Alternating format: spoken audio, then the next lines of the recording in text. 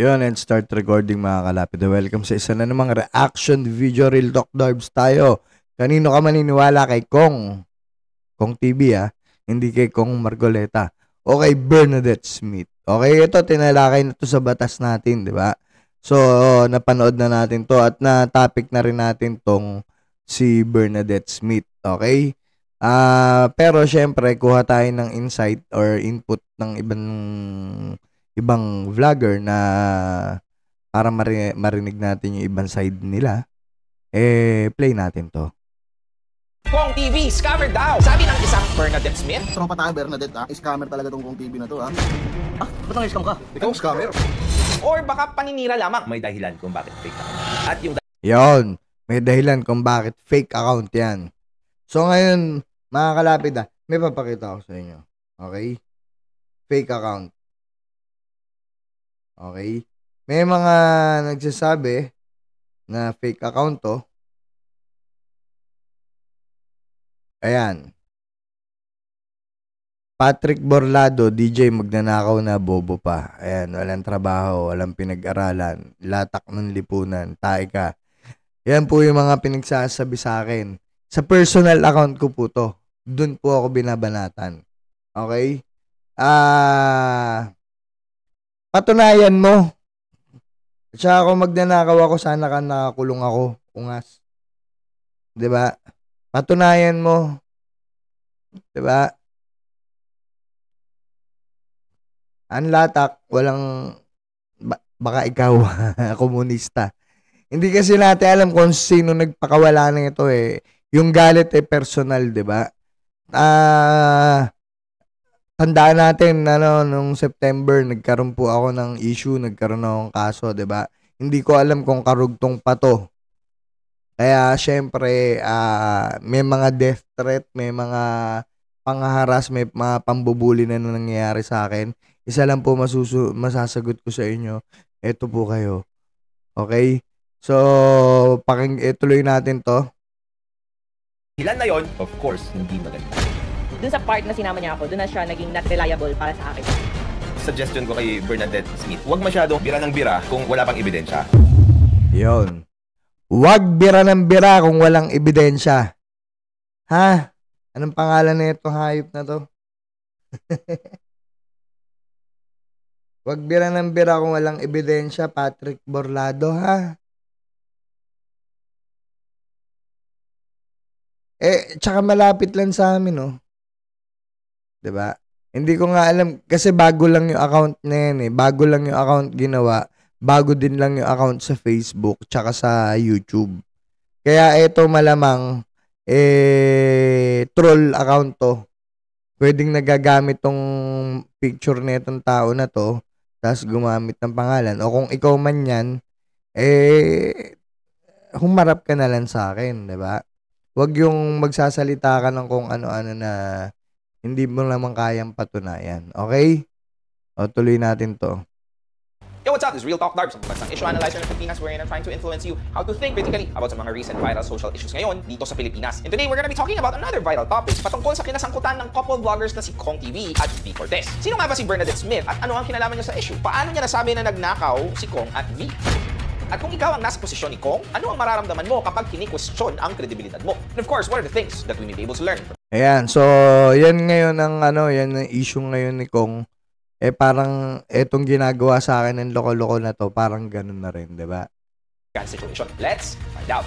But first, let me give you a brief context. Kong TV, whose real name is Lincoln Jonald Cortez Velasquez, is a Filipino OG YouTuber. So, forward natin. And owner naman ng Inkids na Sebastian, Alodia Goshing Fiao, or Glenda de la involve umano sa mga online promotions. Tulad na lamang nila Yexa Sebastian, Alodia Goshing Fiao, or Glenda de la Cruz. At ngayon, isinangkot niya na naman ang pangalan nila Kong at V. Lumabas ang intrigang yan nung nag-post si Bernadette Smith last October 17, 2023 na ngayon ay deleted na. Sa mga tagahanga ng Kong at Ayan, so ito yung mga na-content natin tungkol kay Bernadette Smith. So nung nakita ko rin yung account niya, sabi ko ano lang to.